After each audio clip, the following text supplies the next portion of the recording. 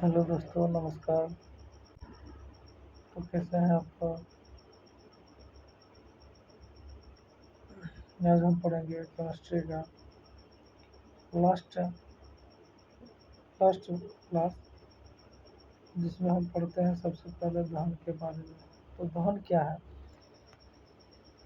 दहन कोई वस्तु ऑक्सीजन के उपस्थिति में जलकर ऊष्मा एवं प्रकाश दे दहन कहलाती है। यहाँ प्रकाश लिख देना, ठीक? यहाँ प्रकाश कर देना। देखिए, जब भी कोई वस्तु जलता है तो वह उसके लिए ऑक्सीजन बहुत आवश्यक है। यदि ऑक्सीजन नहीं रहेगा तो वह नहीं चल पाएगा। जैसे कार्बन ऑक्सीजन से अभिक्रिया करके कार्बन डाइऑक्साइड और कार्बन को जलाएं, कार्बन को क्या किए? जलाएं। इसके उपस्थिति में, ऑक्सीजन की उपस्थिति में, तो क्या बना? कार्बन डाइऑक्साइड बना और ऊष्मा दिया और प्रकाश दिया। जैसे हम मीथेन गैस को जलाते हैं, CH4 को ऑक्सीजन की उपस्थिति में जलाते हैं, कार्बन डाइऑक्साइड बनता है और जल बनता है, ऊष्मा और प्रकाश बने। मैग्नीशियम को अगर नाइट्रोजन से अभिक्रिया कराएंगे तो मैग्नीशियम जल कर क्या देगा? ऊष्मा और प्रकाश देगा। ठीक। और उसके बाद दहन के शर्त, मतलब जलने की शर्त। कोई भी चीज़ जलता है तो किस शर्त पे जलता है, किस स्थिति में जलता है? तो उसे जलने के लिए तीन चीज़ आवश्यक है। एक दहनशील पदार्थ, दहनशील पदार्थ मतलब जो जलता है, जो पदार्थ जल सकता है। ठीक। दहनशील पदार्थ, जैसे हम पत्थर को जलाएंगे तो पत्थर जलेगा, तो वो अदहनशील पदार्थ हो गया। पत्थर अदहनशील पदार्थ हो गया। पत्थर क्या हो गया? अदहनशील पदार्थ हो गया। तो उनको कैसा, मतलब दहन के लिए क्या शर्त होना चाहिए? एक तो दहनशील पदार्थ होना चाहिए, दूसरा ऑक्सीजन की उपलब्धता होना चाहिए, उपस्थिति होना चाहिए ऑक्सीजन की, और तीसरा ज्वलन ताप होना चाहिए। ज्वलन ताप को ही प्रज्वलन ताप कहा जाता है। ठीक। चलते हैं आगे।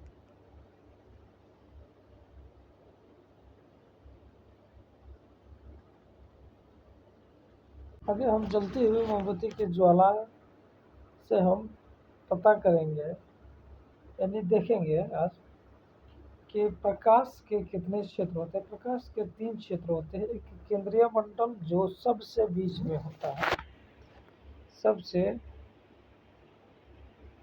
बीच में जो होता है केंद्रीय मंडल। जैसे क्या देखो, सबसे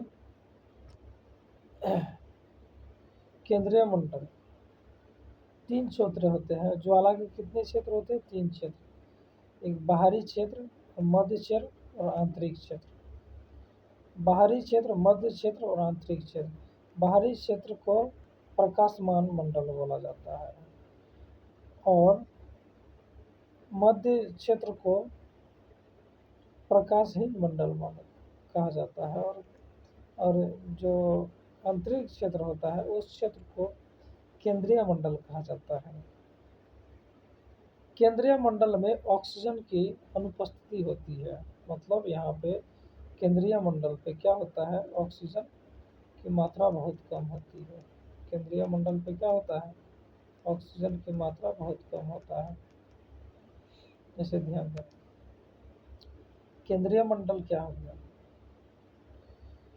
केंद्रीय मंडल में ऑक्सीजन नहीं पाया जाता है, ऑक्सीजन नहीं होता है।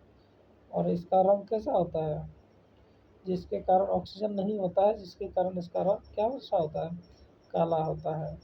और मध्य मंडल में कम ऑक्सीजन होता है, बहुत कम ऑक्सीजन होता है, मतलब नहीं के बराबर में ऑक्सीजन होता है, मतलब बहुत कम मात्रा में ऑक्सीजन होता है।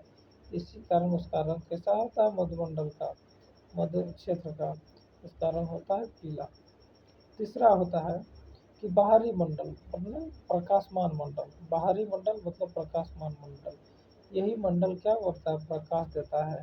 जिसमें ऑक्सीजन की उपस्थिति होती है, जिसके कारण इसका रंग कैसा होता है, नीला रंग होता है। यह मोमबत्ती का सूत्र है। ठीक,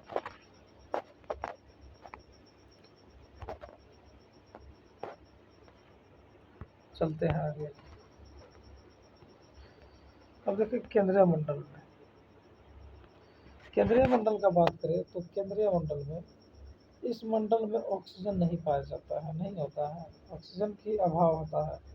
केंद्रीय मंडल में ऑक्सीजन की अभाव होता है। इस मंडल का रंग काला होता है। केंद्रीय मंडल का रंग कैसा होता है, काला होता है। इस इस धन इस मंडल में यहाँ होगा, इस मंडल में धन नहीं होता है। यहाँ मंडल होगा, इस क्षेत्र या मंडल भी बोल सकते हैं, इस क्षेत्र में दहन नहीं होता है। ऑक्सीजन की अनुपस्थिति के कारण क्या होता है, यहाँ दहन नहीं होता है, मतलब यहाँ नहीं चलता है। और उसके बाद प्रकाशीन मंडल, मतलब प्रकाशीन मंडल मतलब क्या हो गया कि मध्य मंडल या मध्य क्षेत्र भी बोला जाता है। मध्य मंडल या मध्य क्षेत्र भी बोला जाता है। इस मंडल में ऑक्सीजन अल्प मात्रा में पाया जाता है, मतलब कम मात्रा में पाया जाता है। इस मंडल का रंग पीला होता है। इस मंडल का रंग कैसा होता है, पीला होता है। पूछ देगा प्रकाशहीन मंडल का रंग कैसा होता है, मध्य मंडल का रंग कैसा होता है, तो बोल देंगे पीला होता है। इस मंडल में अल्प दहन होता है, मतलब अंशतः दहन होता है, कुछ अंश में इसका दहन होता है, बहुत कम दहन होता है। ठीक, कम दहन होता है।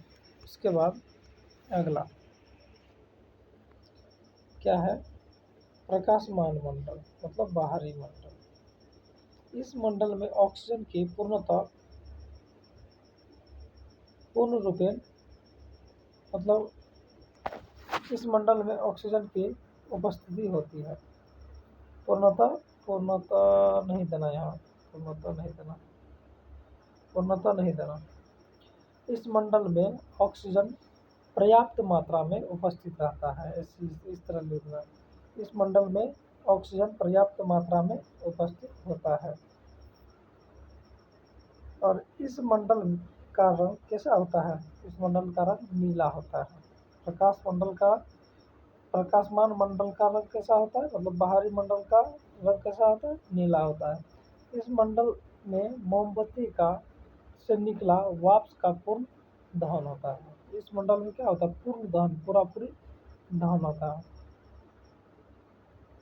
इस मंडल में तापमान एवं प्रकाश उच्च होता है। सबसे ज़्यादा किस मंडल में तापमान और प्रकाश होता है, तो बाहरी मंडल में होता है। ठीक,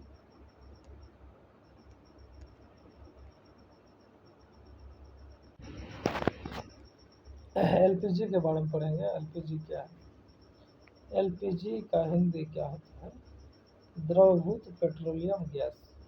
लिक्विफाइड, एल मतलब लिक्विफाइड, ई मतलब पेट्रोलियम, जी मतलब गैस।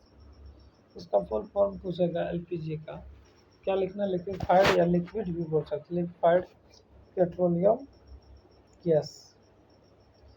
एलपीजी में 3 कार्बनिक यौगिक का मिश्रण होता है। किस को एनसीईआरटी में 2 देता है, लेकिन भारतीय गौन में 3 दिया गया है। ठीक, तो दो, मुख्य रूप से 2 ही होता है, मतलब 3 रहता है लेकिन। ठीक, एलपीजी 3 कार्बनिक यौगिक का मिश्रण होता है, जिसमें ब्यूटेन, प्रोपेन और मीथेन, CH4 है यहाँ पे, होता है। एलपीजी के मुख्य अवयव ब्यूटेन होता है, और ब्यूटेन में कौन सा ब्यूटेन, आइसोब्यूटेन। ब्यूटेन में कौन सा ब्यूटेन, एलपीजी को पूछेगा, एलपीजी का मुख्य अवयव क्या है, तो ब्यूटेन। और कौन सा ब्यूटेन, तो आइसोब्यूटेन। और उसके बाद क्या है, एलपीजी में जो होता है कि एक प्रकार का गंध पाया जाता है। एलपीजी गैस में एक प्रकार का गंध होता है, जिसे जिससे यह पता चलता है कि मेरा एलपीजी लीक कर रहा है या नहीं कर रहा है। उसमें एक प्रकार का विशेष गंध होता है, जिसमें जो गंध किसका होता है, एथिलमरक्रिप्टन का होता है, एथिलमरक्रिप्टन का होता है। उसमें एथिलीन कैप्टन में क्या होता है कि सल्फर पाया जाता है, सल्फर पाया जाता है। जैसे सल्फर प्याज लहसुन में पाया जाता है, उसी प्रकार से इसमें सल्फर का मिश्रण होता है, जिसके कारण क्या होता है कि गैस हमें पता चलता है कि लीकेज कर रहा है, खुला है या बंद है। तो किसके कारण एक विशेष प्रकार की गंध जो देता है एलपीजी में, किसके कारण, एथिलीन कैप्टन के कारण देता है। कुछ यौगिक का रंग, तो रंग के बारे में हम देख लेते हैं कुछ यौगिक का कैसा, कभी कभी पूछ देता है। CuSO4 नीला तोता का रंग इसको नीला तोता के नाम से भी जाना जाता है, CuSO4 को, क्यूब्रिक सल्फर को, फेरस सल्फाइड को। फेरस सल्फाइड का रंग कैसा होता है, हरा होता है। सोडियम क्लोराइड का रंग कैसा होता है, सोडियम क्लोराइड नमक, मतलब उसका रंग श्वेत श्वेत होता है। हम्म, और यहाँ AgI